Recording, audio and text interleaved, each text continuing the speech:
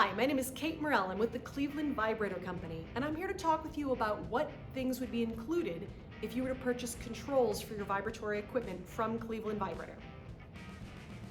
So here we have a very standard controls box. On the front of it, we've got a keypad that will allow you to start, stop, increase, and decrease speed.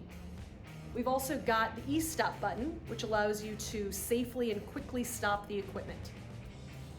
This is the switch for the rotary disconnect. So what this does is it makes sure that the power is off to the control box before you're even able to open the box. So right now you see that it's engaged, so I can't even open the box. Now I've disengaged it. If this box were hooked up to power, disengaging that would ensure that the power is killed to the box before I can even open it. Now let's talk about what's inside of this control box when you get it. We've got some extra pieces and information here. I'll talk about this in just a moment. Most importantly, we've got the drive. So this drive is wired up to that keypad on the front. That's how you can control it. Then we've got the e-stop wired into the drive. This is the inside part of the rotary disconnect. So this is what's killing the power to the box in order to allow you to open it. These are the dual overloads. So we've got a couple of different electrical safety mechanisms in this equipment. The first one is we've got fuses in the rotary disconnect that make sure that if we get too much coming through, it'll blow the fuse and protect the drive. Next, the drive ensures that we don't have more than the total current that the two motors would use going to the motors. And then next, we've got the dual overloads. So these dual overloads protect each motor individually. So the drive is ensuring that it's not supplying more than double the motor current, but let's say one of those motors isn't working, you wouldn't want double the current going to it. That's why these dual overloads will individually protect, making sure that neither motor can draw more current than it's supposed to have. Now, as for that extra information that I mentioned before, included in that, you will get the manual for the drive. In this case, it's an Invertech.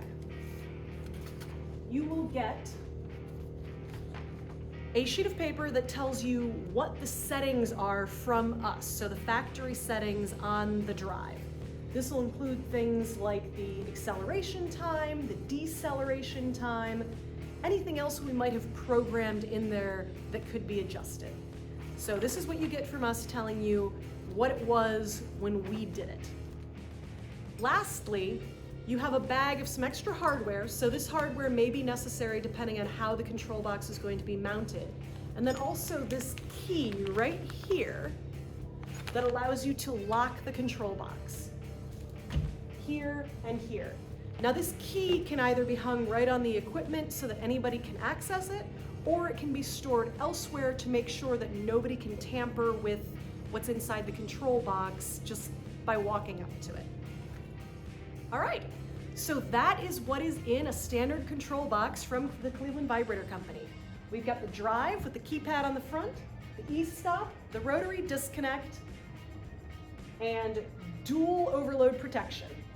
There are other things that could be included that you can request if your project needs them that we can quote as additional accessories, such as a timer, such as dynamic brakes. Sometimes they're included on certain applications, other times they can be added as an extra. And here are a few examples of what those extras might be.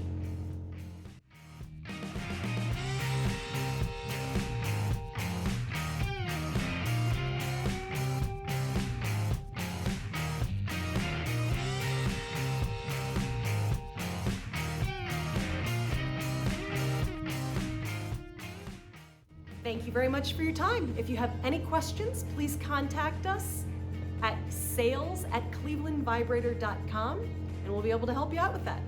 Thanks.